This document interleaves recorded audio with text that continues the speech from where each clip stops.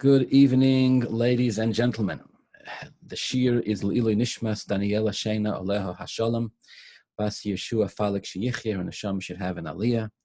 This is the second in the 6 Shiur series, which we titled "The Torah Has Both Body and Soul," where we will discuss how the same concepts in Torah can be understood on multiple levels and can have multiple perspectives, as we started learning last week. The particular example, the particular issue that we chose to explore, at least to begin with, which we started talking about last week, and I'd like to continue, please God, this week, was the very first moment of the day. From a Torah perspective, from the will of Hashem, begins with the Jew opening their eyes and saying that famous prayer, Moida ani lefanecha, giving thanks, acknowledgement, giving praise to Hashem for restoring our souls and giving us another day. And we spoke about how this was, in a sense, a form of a blessing. It's in a sense a form of a bracha, which, just like we make brachas on all the things that Hashem has blessed us with in this world, we make a bracha on life itself. And we make this bracha on a daily basis. But as we mentioned last week, because when we wake up in the morning, we're actually not yet allowed to make a bracha because our hands are still unclean and we have not yet washed our hands. Therefore, we say the Moida Ani immediately upon waking up, because the Moida Ani prayer itself does not have Hashem's name in it, and so it can be made immediately. I just want to add, last week, right when we turned off the recorder, somebody mentioned, as we were, discussing it for a few minutes, somebody mentioned that, of course, there is the custom and the halacha, actually, the law, that when one wakes up in the morning, one should have a bucket, a pail of water next to their bed that they can use immediately to wash their hands. Many do this even before they get out of bed. And yet the Moida Ani prayer, and of course, once you've washed your hands, then you would be allowed to say Hashem's name in a blessing, because now your hands are clean. And yet the rabbis wanted the blessing or the prayer of Moida Ani to be said so soon upon waking up, so soon upon the person coming to a state of consciousness, that they wanted this to be made, they wanted this prayer to be made even before the person washes their hands. Now, why the rush? Why is it so important to make the blessing so quickly? And if you wait a couple of seconds, till after you wash your hands, well, what's the end of the world? In Yiddish we say, "Was is the behola?" What's the terrible, alarming rush? Why so quickly? So the reason for that, actually, I didn't explain it sufficiently last week. I want to go back and just add this point. The reason for that actually is this.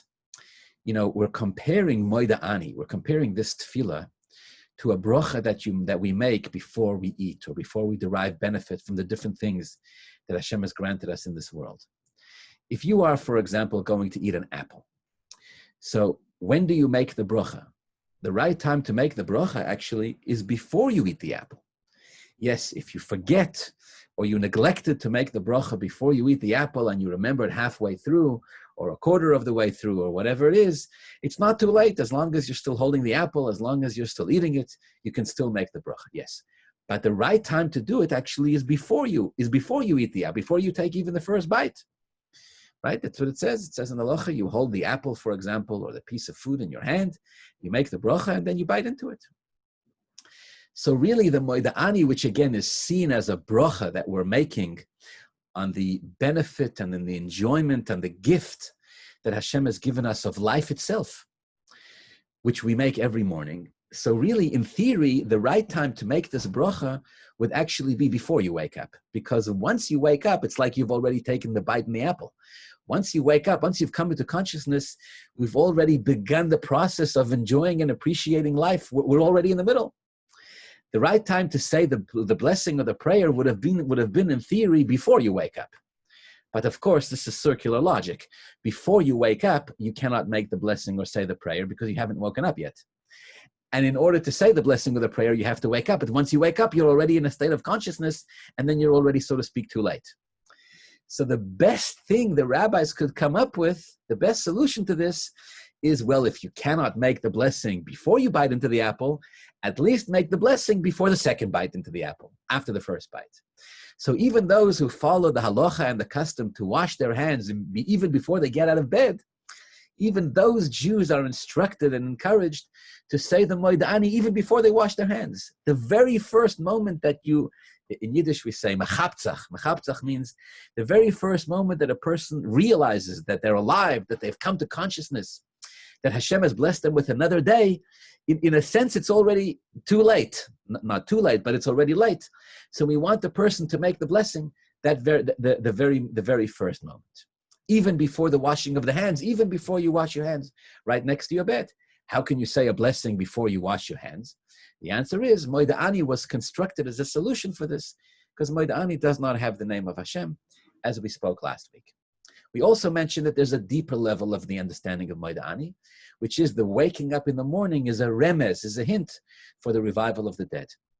The last two words of the prayer, Rabo Emunasecha, which means a Jew declares that they have great faith, they have great trust and belief in Hashem, refers not just to our day-to-day belief in Hashem, but our ultimate belief that ultimately, just as Hashem has roused us from our sleep, from our slumber, so Hashem will rise, will bring back to life all those who have passed on, who have lived throughout the ages.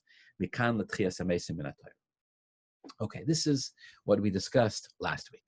Moving right along, I want to share with you today at least two more, beautiful ideas in the concept of Moed Ani. Here's one. This one actually, it's called Drush, but it's really connected actually to Halacha. Halacha says like this. Let's say somebody comes to you and they ask you if they can borrow money, right? There's a very famous joke about this. It says, it's a bit of a yeshivish joke, but the yeshivish joke says, there's a concept that a minhag can sometimes be stronger than a halacha. A minhag can be, as a concept, minhag can be stronger than a halacha. So someone once said, what's the proof? Because the law is that if you borrow money from somebody, you have to pay them back. But the minhag is that if you borrow money from somebody, nobody pays back. So from here you see that a minhag is stronger than a din. All right, be it as it may. There's a minhag. There's a halacha says, what happens if you lend somebody money, and the person says to you, they say, Mr. So-and-so, Mrs. So-and-so, my word of honor, I'm going to pay you back by Thursday. Okay. You say to the person, look, I'm very happy that you'll pay me back by Thursday, but it's a lot of money, and I need some form of security. Give me some form of security that you'll pay me back. And the person says to you, okay, I'll give you a form of security, but the form of security that I'm giving you, I still need to use, right? It's my pillow, it's my blanket, whatever it is, it's something that I still need. So I'll give it to you in the morning, but I need to take it back at night. Or these are tools that I need during the day to work, so I'll give it to you at night, but I need to take it back I'll give you my car as security, but I need to take the car back every morning in order to take it to drive to work. All right, you make this agreement. The car, you'll bring the car back to me every night, and that will be my security that you'll pay back the loan. And the loan is a lot of money, let's say. All right, Thursday comes, Thursday goes, no money. The next Thursday comes, the next Thursday goes, no money. And so it goes week after week, month after month, year after year. The guy's not paying back the debt.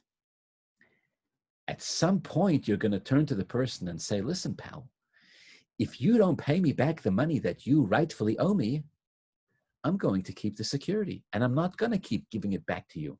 I'm not going to keep giving you back your car so you can drive it to work or this or that so you can have it. You owe me the money. By right, this is something that you owe me. I'm going to keep the security, which we've both agreed is payment for the loan.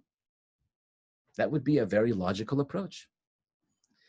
So the rabbi said, Hashem comes to every single Jew and says, listen, Rabbi Yid, Mrs. Yid, listen to me. Hashem says, I'm going to give you life. I'm going to fill your life with many blessings.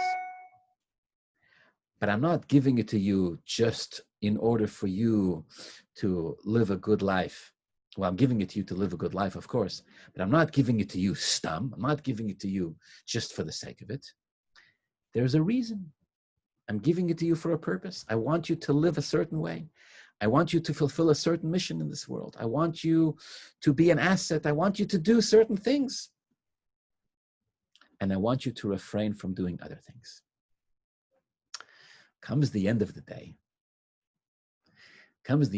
Before a Jew retires, it says a Jew is supposed to make a cheshbon hanefesh, a reckoning of the soul. All right, did I do what I was supposed to do today? Did I do as much as I could have done today? Did I do my best to fulfill God's mission for me in this world with all the potential that I have? Did I live up to what it is that I was supposed to do? Have I, so to speak, paid back my debt to Hashem or not? In a moment of honesty, we may find ourselves wanting. We may find ourselves not really living up to the full potential that Hashem has expected from us. We haven't, so to speak, paid back our debt for all the blessings that Hashem has given us. I once heard, before I go on, I want to add this. I once heard somebody articulated this, and I just thought it was such a beautiful concept. And I want to share it with you because it resonated with me and it really made an impact on me. An individual said, people talk about Gan Eden and Gehenna, right? Gan Eden, paradise, Gehenna, purgatory. Gan Eden, we imagine to be, a place where, I don't know, there's a big smorgasbord and those people who like to smoke, smoking is not dangerous for you. And I don't know what, there's no doctors, there's no lawyers, there's no rabbis, there's no tsaras, there's no politics. Gan Eden is just a paradise, right? Where the weather is like 72 degrees every single day of the year, and there's never any traffic, and there's always parking spots, and you can eat as many chocolate chip. This is my Gan Eden. You can eat as many chocolate chip cookies as you want, and you never gain weight. Not only that, but chocolate chip cookies makes you lose weight, right? In Gan Eden, kale and spinach is bad for you, and chocolate chip cookies and babka is good for you. It's a fantastic place. All right. We close our eyes and think of Gehenna, purgatory. We think of fires. We think of Satan with a pitchfork. We think of people screaming, etc., etc. All right, you get my point. But this individual said we got it all wrong. We got it all wrong. He said Gan Eden and Gehenna is exactly the same thing. You know what it is? He says after 120, you come upstairs, and somebody upstairs shows you what your life would have been like if you would have lived up to your potential. Somebody up there shows you what your life would have looked like if you would have lived without fear, without inhibition, without doubting yourself, without sabotaging yourself, if you would have lived up to your potential. That's it. That's all that happens. You come upstairs and they show you, here's what your life could have been. That's it. Now, is that Gan Eden or Gehenna? It depends how you lived. It depends how you lived. If you lived a life where you second-guessed yourself, and if you lived a life of fear, and if you lived your life where you held yourself back, and if you lived a life that wasn't true to yourself, you didn't live authentically, then you look to see what could have been, and you're in Gehenna, because you realize that much of what we did to hold ourselves back was unnecessary. We could have lived more authentically, and nobody was in our way other than we ourselves who got in our own way. On the other hand, if a person lived an authentic life, then what they see, so to speak, on the screen when they're shown what their life could have been, their potential, actually, that's exactly the way they lived. And so that for them is a beautiful Gan Eden. Gan Eden is the realization, in other words, Gan Eden is the realization that I lived a life that's true to my core being, to myself. Gehenna is the realization, after 120 plus tax, that I robbed myself of that I was worried about what other people think, that I was obsessing over nonsense, that I wasted too much time and energy on things that are non-significant and non-consequential. That's Gehenna. You come to that realization. Back to Moed Ani. So the person at the end of the day makes a cheshbon hanefesh, makes a reckoning of the soul, and they come to the conclusion, my debt to Hashem has not been paid up yet. If I were to be honest with myself, I owe God for the blessings that he has given me. Okay.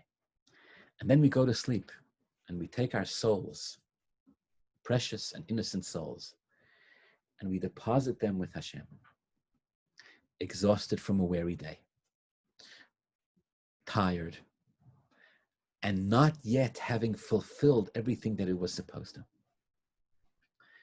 When we wake up in the morning and Hashem gives us back our soul, and Hashem does this again and again and again, it's Hashem's way of telling every one of us that he, Hashem, has faith in us once again, that we will fulfill our mission in this world. All our previous failings notwithstanding, when we wake up in the morning and we come into consciousness, we should remember that Hashem's message to us is, I've given you another day, Hashem says, because I believe in you that today you can do what it is that you're supposed to do. That today you'll deliver. That today you'll pay me back the debt that you owe me. That today you'll access your own potential and live authentically as a Jew should. According to this understanding, we can now reinterpret the words, the last two words, Rabbo Emunasecha. You see, until Rabbo Emunasecha means your faith, your faithfulness is great. Until now we understood Rabbo Emunasecha means our faith in Hashem is great. Our acknowledgement, our gratitude to Hashem is so great. Thank you, Hashem, for giving us back our neshama. Thank you, Hashem. We now believe you'll do Tchiyas HaMesim. There's a much deeper and much more powerful meaning. Rabba Munasecha means, you know what we're thanking Hashem for? Not just giving us back our neshama, but we're thanking Hashem for his belief in us. Rabba Munasecha, we say to Hashem, Rabba, great Emunasecha is your Emunah. You, Hashem, you have an abundant faith in us. And that's pretty impressive, right? Who was it? The guy they once asked somebody, how come your wife is so sad and you're always so happy? He says, look, my wife is trusting me to make a parnasa. So she's upset.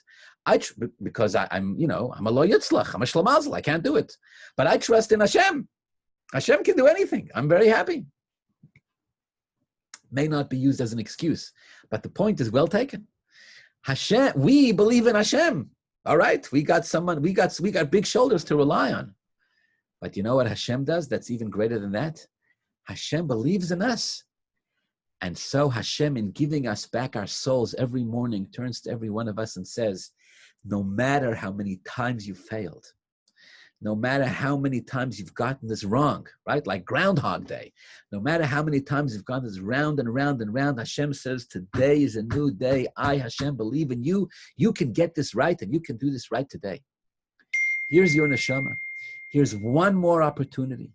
Here's another day to go out and do what it is that you're supposed to do and live as a Yid should. Rabba Munasech. And that, once again, is something that a Jew should think about every morning when they wake up. If Hashem has given me back my soul, then that means Hashem still believes in me that I'm going to pay back this debt and do what it is that I'm supposed to do. Okay. One more level. There's an even deeper level, there's an even deeper understanding or meaning in the concept of Moedani. When we say that a Jew wakes up in the morning, their hands are impure, they've barely come into consciousness. We want the Jew to pray, to acknowledge, to thank Hashem, to acknowledge the new day, the new opportunities, the Jew's faith in Hashem, Hashem's faith in the Jew. Right? You remember that famous conversation that one of the English reporters had with Rabbi Dr. Lord Jonathan Sachs. Hashem should bless him with a refuah shalema. And the reporter asks Dr. Sachs, Rabbi Sachs, she says, how many human beings do you think believe in God? And Rabbi Sachs says, I'll tell you the good news. The good news is, no matter how many human beings believe in God, whether they do or whether they don't, God believes in human beings. Ask not merely about how great is the faith of a Jew in Hashem. Ask how great is the faith of Hashem in a Jew. Much more powerful. We want the Jew to think about all of this the first thing in the morning. But let's face it, the first thing in the morning, We're if you're like me, you're groping around in the dark for your glasses. You barely come to consciousness. You barely know who you are. And yet, even then, we tell the Jew, we want the Jew to say Moed. We want you to say Moedani, a blessing, a prayer, without Hashem's name. There's even though your hands are impure, we still want you to say this prayer and this blessing as soon as you wake up in the morning.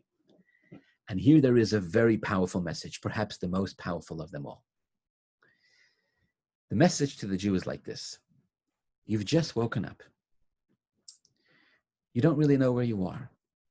Your hands are impure. In a spiritual sense, you haven't studied anything yet. You haven't experienced anything yet. You barely have a coherent, conscious thought in your head. You're barely conscious. At this point, we want you to say a prayer because there's a part of you, let's call it the subconscious, or there's a part of you, let's call it the neshama, which is so deep and which is so refined and so innocent that no matter what, this part of you always remains real. And no matter what, this part of you always remains, here's the word, undefiled.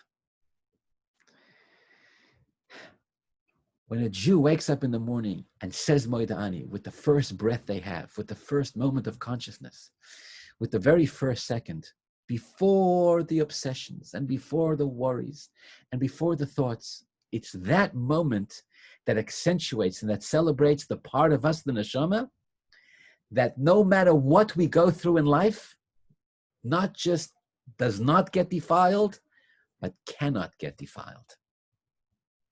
Moedani comes from a place in the soul of a Jew that's so powerful, that's so great, that no matter what the Jew experienced, that part of the soul is always pure and always divine.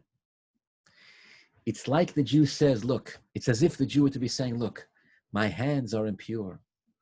My thoughts, perhaps, my legs, the rest of my body, my mind, my heart, it all has its impurities. And we'll get to that in a minute, right? Don't worry, my dear friends, my dear Jews. The obsessions, the fears, they haven't gone anywhere. We'll get to them in a minute. But for now, the very first moment of consciousness, let's say a prayer, let's say a tefillah from a place that's so deep within myself that no matter what I've experienced in life, this part of myself can never be broken. This part of myself can never be broken and can never be damaged and can never be impurified. Nothing. There's a part to a Jew, there's a spark, there's a neshama that no matter what the Jew goes through, remains vibrant and strong.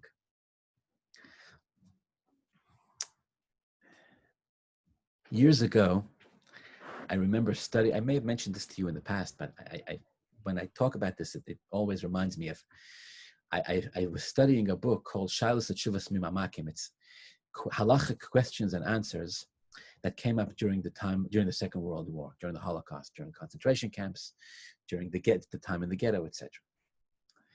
It was written by a Rav called Rav Oshri, who himself was a Holocaust survivor. So he writes like this. He writes that the Jews were in the ghetto.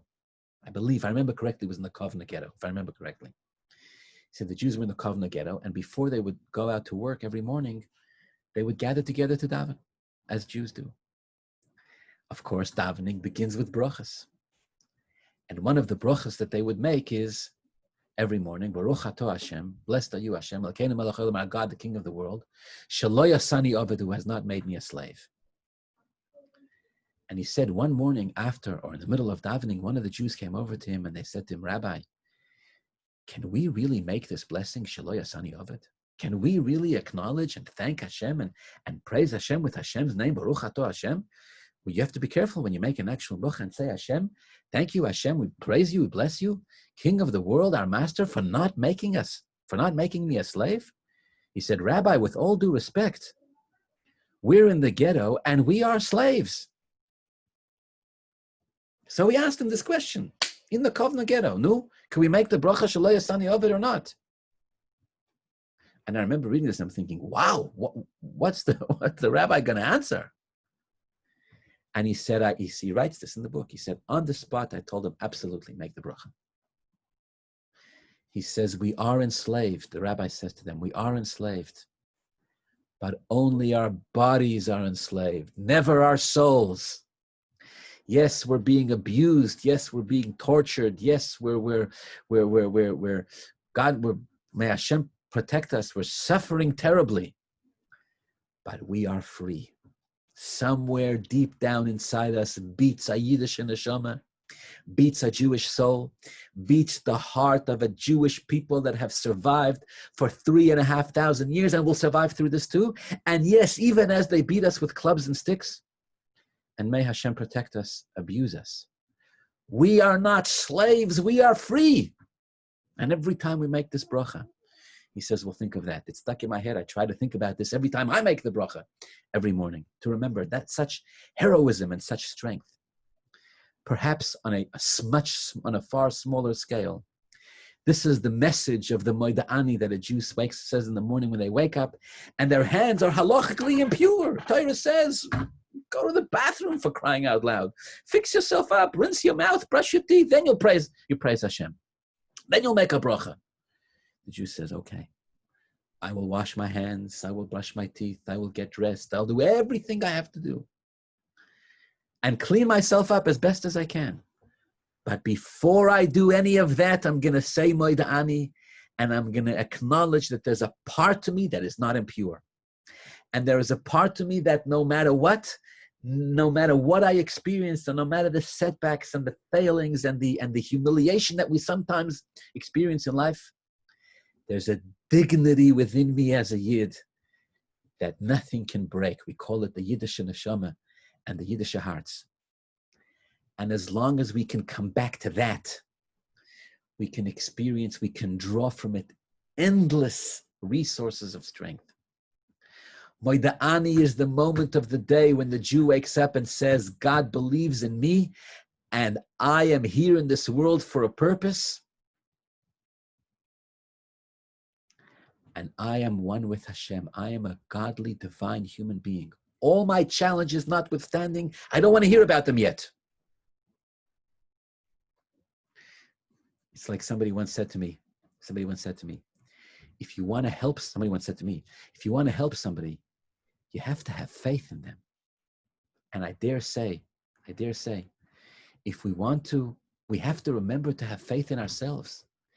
We have to remember to be able to connect with that part of ourselves, which is holy and pure and fine and infinite and connected with Hashem, and experience it and feel it, if but for a moment. And that's the moment of Moeda'ani. And the rabbis take this point further. They say, you know something? This is the deeper reason, this is the spiritual reason why Moeda'ani doesn't have any one of Hashem's names. Listen to this, my dear friends. Open your hearts.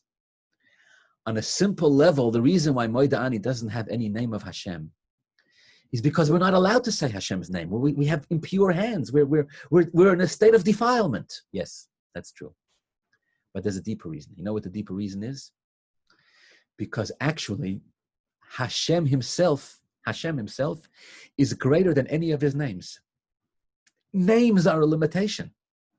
Names are an expression. Hashem has 72 names, right? Like some people have 72 different outfits. Why does Hashem have so many different names? Because all the names of Hashem reflect all the different modes that Hashem operates in. What about Hashem himself? Hashem himself is, so to speak, deeper than any of his names, greater than any of his names. You'll notice sometimes husbands and wives don't refer to each other by name. I'm not referring to the husbands and wives that call each other Shlamazel and Nudnik. That's not what I mean.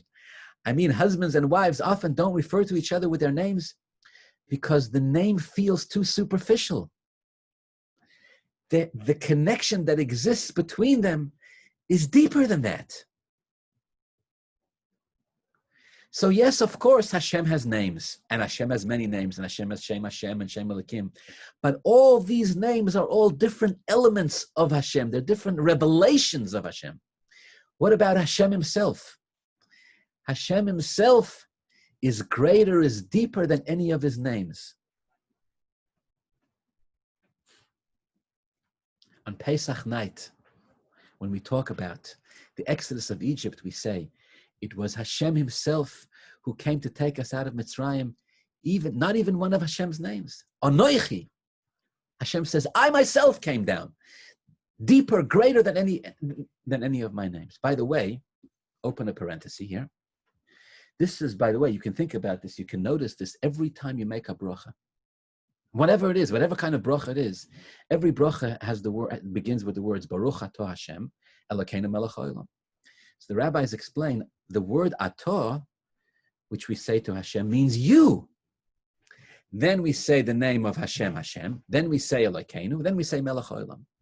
So Baruch Atah Hashem, Elokeinu melech haolam, these are, from a Kabbalistic perspective, different levels. Melech haolam is the lowest level. Hashem, the way Hashem is the king of the world. Elokeinu, the Shem Elokim, the godly force that operates the world. Hashem, the name of Hashem that's higher than the world. Ato, when we say to Hashem, you, we're talking about Hashem himself that's even greater than any of his names. So when a Jew wakes up in the morning and says, Moida Ani, yes, their hands are defiled, and they may not halachically say the name of Hashem true, but on a spiritual level, the Moida Ani comes from a place, comes from an address within the soul that is so deep, that connects to God, that connects a Jew to Hashem on a level, in a place that's even beyond Hashem's names, where Hashem says, this is me, myself, beyond any names. So there's a positive element. It's, if you will, an intimate moment between a Jew and his place of innocence, and Hashem and his place of innocence, where we peel through the layers and we peel through the obstructions, and we talk to Hashem himself directly, even beyond Hashem's names. So again, this is I would stop and say, I would stop and highlight and say, this is very typical of how you can have the same thing in Torah that can be viewed from two completely different perspectives. From a halachic technical perspective, we don't say Hashem's name because we have to work our way up until we can say Hashem, until we reach a state of purity and development in which we're ready to say Hashem's name. Until we get there, we're not allowed to do that, halachically. Spiritually speaking, it's the other way around. Spiritually speaking, because we've not yet begun the complications of the day, and because we've not yet begun the challenges of the day, we can operate and function from a place of purity, which is still wholesome, which is still untainted, which is undefiled, because it's beyond any of that. And connect at that moment and that level to an element of godliness which is also undefined. You know what it's like? I'll tell you exactly what it's like. I'll tell you exactly what it's like. It's like there's two reasons why people are sometimes silent. Sometimes you'll ask a person a question and they don't answer. Or a person is in a particular situation and they don't say anything. Two possible reasons. One reason is they have nothing to say. They're indifferent. They don't care. It's not significant. It's not important. They're not willing to invest themselves and say anything about this. You ask me a question. I don't care about your question. I have nothing to say. That's one. But then you have the opposite extreme. The opposite extreme is where a person doesn't say anything because they feel so passionately, and the issue at hand touches them so deeply that whatever they're going to say is never going to be able to bring out the full passion of how they feel about this. And so they're quiet. But the stillness, the quietness, says more than 1,000,000 words will ever say. Because the silence is filled with the very being of the person. When you ask me a question that touches my very core, I may not be able to articulate the answer because words can be so defining and so small. I may be filled with the sense that no matter what I say, I'm never going to be able to bring out the full passion of this. So I may find myself being quiet and not saying anything. Moedani is a very short prayer. Hashem's name is not present in it. Not present at all. And yet the reason for that can be understood once again in two ways. Either because we're not ready to say the word of Hashem, the name of Hashem, or because it's deeper than that. The best example for this, by the way, the best example for this is Megillas Esther. Megillas Esther is an entire Sefer in Torah without Hashem's name. All right, the rabbis tell us every time it says the word Hamelech, Hamelech, it refers to Hashem. Okay, beautiful. Hamelech refers to Hashem, but it doesn't say Hashem's name. The only one of all the books in the entire Torah, the only one that doesn't where Hashem's name is absent, Megillas Esther. Even Shir HaShirim, at least, has one name of Hashem. I believe. I may be wrong about that. I have to double check that. But either way, Megillas Esther doesn't have any name of Hashem.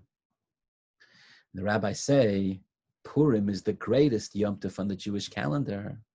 In fact, Purim was the only Yom Tov that will remain even after the other Yom, even after Mashiach comes, and the other Yom Tov will no longer remain, whatever that means. If it doesn't have Hashem's name, how is it the greatest Yom Tov?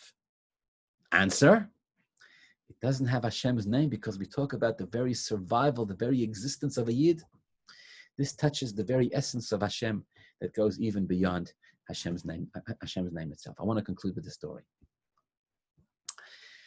The Lubavitcher Rebbe once met with a Hebrew day school teacher from Chicago.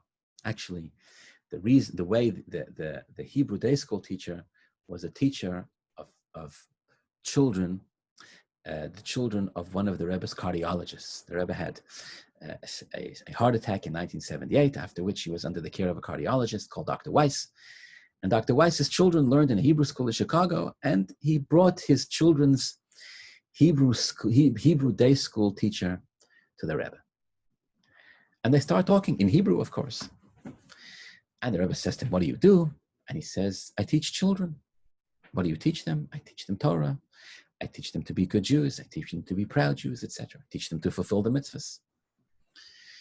So the Rebbe, in his inimitable way, starts to explain to him that, the Rebbe says, when you teach children, it's important to understand the impact that you have on them. Children, he said, remember the stuff that you give them. It stays inside them. Kind of like, it's not his analogy, it's mine, but kind of like when you put something in wet cement. So later on, as it hardens, it becomes very much ingrained in the structure of whatever it is that you've built. The Rebbe says to him, you're teaching little children. Think about the impact that you're going to have on these people. What you give them will remain with them for life. Wait, the Rebbe said, it gets better. Because when these children that you're teaching now, when they grow up, they'll have the opportunity to have an impact and to teach others. Who knows? Maybe some of them will become school teachers, and they will then have impact on students. And what you teach your students will one day be carried over to their students, which will then be carried over to their students. Think about the impact that you're having.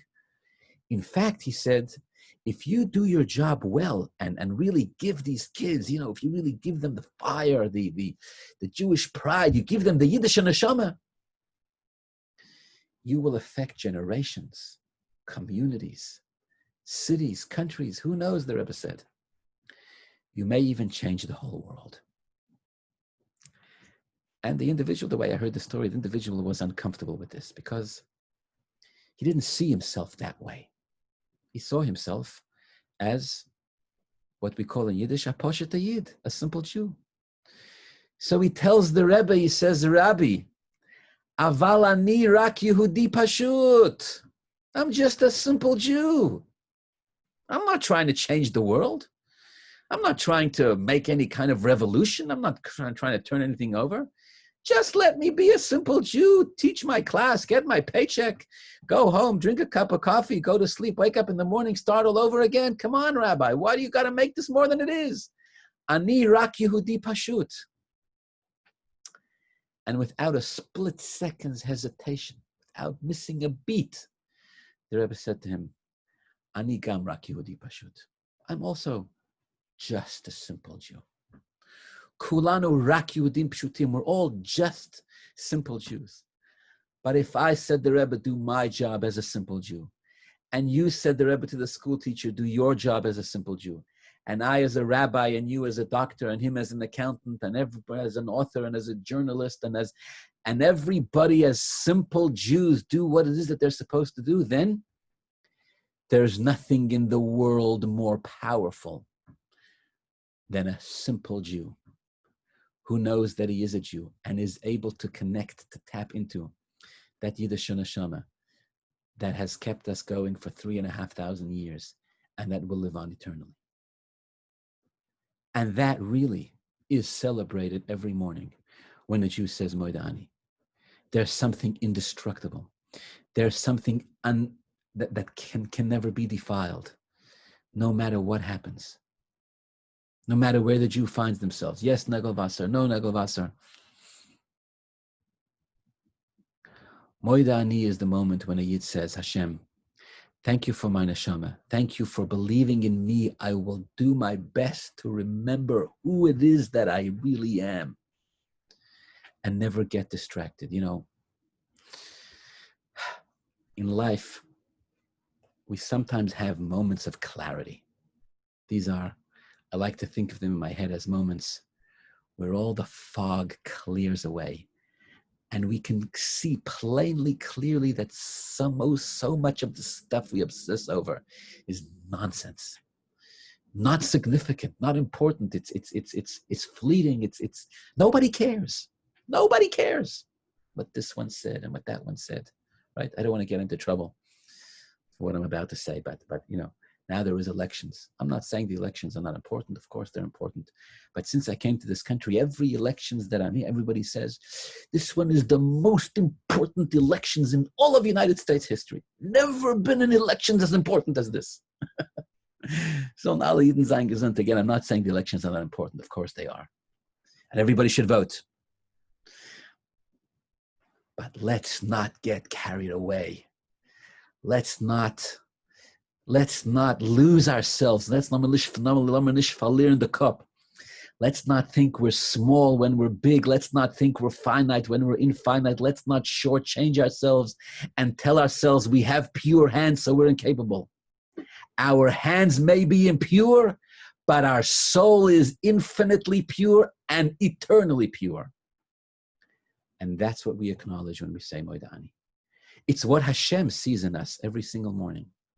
And it is what we have to learn to see in ourselves every morning. And if and when we do this, I assure you with everything I have, the entire day is different. Doesn't mean the day doesn't have challenges. Of course it does. Doesn't mean the day doesn't have setbacks. Of course it does. It doesn't mean the day doesn't have disappointments. But when we go through them, we remember that we're Jews, and with a Yiddish neshama, we remember that we're royalty, descendants of Avraham, Yitzchak, and Yaakov. Read the portion of the week who this man Avraham Avinu was. He took on the world. The whole world told him he was crazy. And he said, watch me. The whole world said to him, you're out of your mind. What are you letting yourself get thrown into a furnace of fire for some subtreta belief that you have? Who do you think you are? Watch me, said Avraham Avinu. Watch me, watch me, watch me. I will be here thousands of years. My descendants will be here long after you're all gone, buried in the pages of human history where you can read about some of them. The rest of them didn't even make it to that. Why? Ayid neshama, connected to Hashem, eternally powerful. When we have this frame of mind, the whole day is different. We go through challenges. We don't feel like the challenges are going to break us, because I assure you they won't. If we survived everything we survived until now and thrived, and here's to tell the tale, the same Hashem that saved us from all the past tzoros will save us from the tzoros we have now and from all the challenges in the future. Let's say Moedani and remember who we really are and never forget. Have a wonderful evening.